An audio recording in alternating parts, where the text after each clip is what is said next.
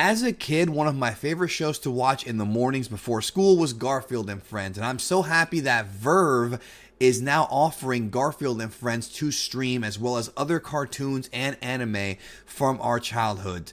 vrv.co/geekdom. Try it for 30 days for free. The link will be in the description. Try it out. So this has been a topic in the fandom that's been getting some pretty heated debates going on, and that is, does Dragon Ball need blood? Now, when Dragon Ball and Dragon Ball Z were first on the air, Japanese broadcast standards were very different, and Dragon Ball and Dragon Ball Z, the anime, were a lot more violent than Dragon Ball Super was as far as actually showing blood and gore and things like that. Dragon Ball was never really a gory series like some other anime are, like Violence Jack or Ninja Scroll. Some anime are like extremely bloody. Dragon Ball is not really like that, but it does tend to use blood, in certain times. But with Dragon Ball Kai, it was way more toned down. Then, of course, Dragon Ball Super had very little, if any, blood in the entire series. It was very, very small. And again, not really anything too gory. But then the question is, does Dragon Ball really need blood to be a series that's intriguing? Is this something that's, iconic with Dragon Ball? We're going to discuss all of that and more here on this video. And joining me to discuss this, lifelong Dragon Ball fan. It's been a while, but he's back. Please welcome Quaman to Geekdom 101 once again. Alrighty, guys, it is Quaman here today. This is like a thought for talk, except without Juan. Yeah. Which takes me back, bro. Funner days. So we did a video. We actually did a thought for talk many, many years ago about whether or not Dragon Ball's for kids. And obviously now with these new COPPA rules, no, it's not for kids. Please believe us. No, I'm kidding. But it's for everybody over the age of 14. So Dragon Ball Kai was toned down, and the reason why is because of Japanese broadcast standards and because of the time slot. For those who don't know, it was heavily toned down compared to the Z portion, or the Z, Dragon Ball Z and Dragon Ball back in the day. So one thing we should discuss here real quick is the anime and manga differences, because there are some scenes in the manga that are way more gory than the anime. For example, when Gohan kills the Cell Juniors, you actually see guts and like organs coming out of them. It's very violent, man. Toriyama was not kidding around. But the Dragon Ball Z anime toned it down. However, when Piccolo killed Goku and Raditz in the anime version, they were, Raditz is puking up blood, and then in the Kai version, it was very much toned down, and the manga's not even that gory. So, what are your thoughts on just those two scenes and how they differ? And do you think that the blood enhanced the scenes? Did you think the manga version of the Cell Juniors was too gory, in your opinion? Well, if we go to the Dragon Ball manga scenario and we take a look at the Cell Junior scene specifically, I feel like that made Gohan killing the Cell Juniors even more awesome. And in many ways, I kind of wish the anime was that violent, but obviously it wasn't. Because it wasn't just, like, Toriyama was creative with the way, like, you see, like, the guts and the eyeballs and everything popping out. Like, you really felt like these beings were, like, ripped to pieces, whereas in the anime it looked like they were just, like, decapitated and just exploded. And I feel like that really enhanced the manga as compared to its anime counterpart. However, when we take a look at the Raditz scene, I feel like that is probably the go-to scene when Dragon Ball fans compare censorship. And I feel like, looking at that scene specifically, the blood in the anime, I definitely feel enhances it, because seeing our character Goku being impaled like that, and also seeing Raditz being impaled in such a way, gives the viewers to watch both a hero and a villain going through such a painful, gory moment.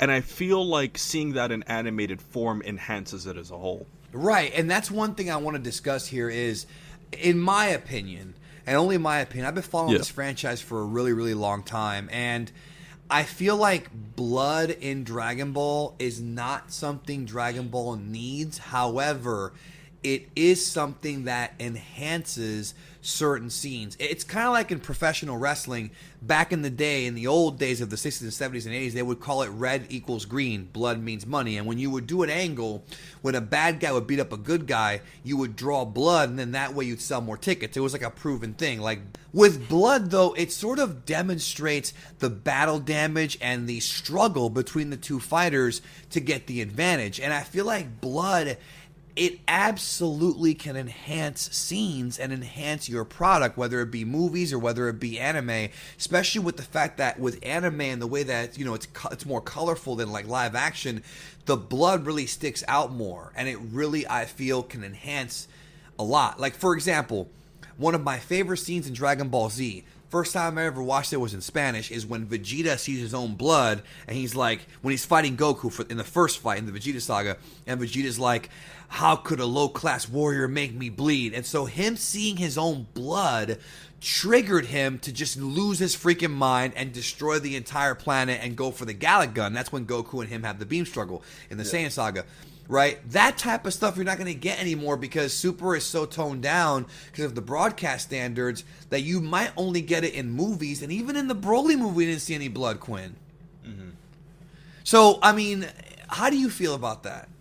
Well, I definitely feel like when it comes to Dragon Ball Entertainment specifically, and if we look at the Broly movie specifically, I feel like the Broly movie illustrated that Dragon Ball does not need blood, because I watched that whole film and I realized there's no blood, and yet I was still so entertained I didn't even really notice until afterwards. And if we compare this to the first Broly film, I feel like the first Broly film had a little bit of blood in it, but compared to other movies or Dragon Ball scenes, the first Broly film even then wasn't really that bloody either. And I definitely feel like Second Coming, your favorite Broly movie, Geekdom. Oh, boy. That was a much more bloody movie, but it wasn't a good movie compared to the other one. So as a result of that, I definitely feel like Dragon Ball has proven that this ultra-censored era might not really fit the taste of the older fans, such as ourselves, but it still can be effective because it's Dragon Ball and we love it. Yeah, it's like I have fun watching Dragon Ball Super Broly and the series. I don't need the blood, but it just helps. And again, the thing about blood, in my opinion, is you don't want to overdo it. You don't want to have blood in every fight. You don't want to. But if you save your blood for really important moments, like, maybe Goku versus Jiren, or maybe even like the Goku Black stuff. Because remember that scene where Goku Black stabs Goku in the chest, like through the chest and whatnot? Like, that would have been enhanced so much more if they had blood there, like a lot of blood. And we just didn't see it. And I know a lot of fans complain about this, and I don't even blame you. But understand, this is not Toei Animation or Toriyama's call. This is totally the TV Fuji TV. It's all the TV people doing that. They're the ones saying, okay, you can't have blood in the series. Now, does that mean we'll never see blood again? I think we will at some point. I think at some point when they make a movie, we will see blood again. It's just not what it used to be. But there are so many great scenes. For example, your boy Piccolo, in the 23rd tournament when he fights Goku and he rips off his own arm, when he's like, bah, and he rips off his own. Dude, there's so much blood there, and then he grows it back, and it's like, oh my god, that's probably the goriest scene in Dragon Ball, I think. Yeah, arguably. I mean, if we go with the Dragon Ball manga, I think the most gory scene of all time would have to be when Jiro pops that guy's head off. Probably. Oh, that's one, and also when Majin Buu punched Babidi and killed him, and they had that. You see, so like his head like gooking out. Also, not to forget, the Buu arc, the early part of the Buu arc also had some really cool ones. Like, remember when if you remember in the manga, guys, like there was a scene where like right before they go to Babidi's spaceship, you see like a little family that they killed in the area. And, like, in the manga, like, you see, like, the dad had half a body, the mom is missing an arm, and, like, the kid is, like, his body's, like, exploded on the ground. And it was a very graphic scene for Dragon Ball standards, Dude, that's what I'm saying, bro. Toriyama's hardcore. And you know what? Credit to Toyotaro, because the Dragon Ball Super manga does have blood in it, because he doesn't have those restrictions. But it's just crazy, bro.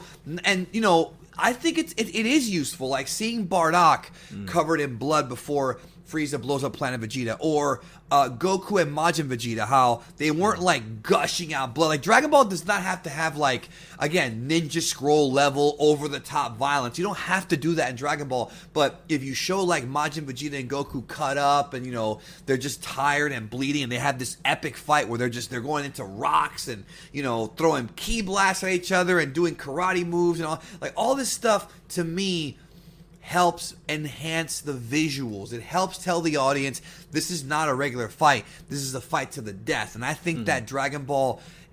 So that's the final answer then, bro, between you and I. Then Dragon Ball it doesn't need blood, but blood does help illustrate pain. That's pretty much what it is, right? It helps illustrate pain. Yes, and I feel like if we were to give some closing examples, I feel like are worth mentioning.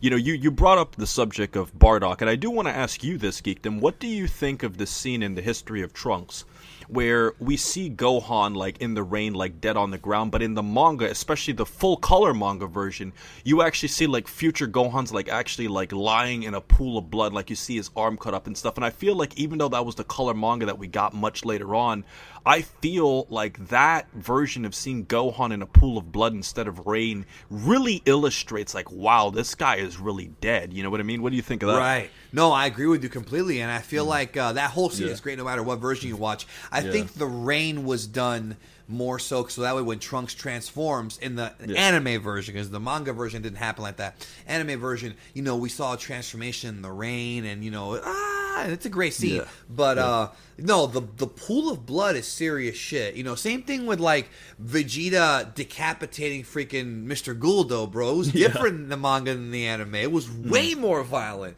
Go ahead.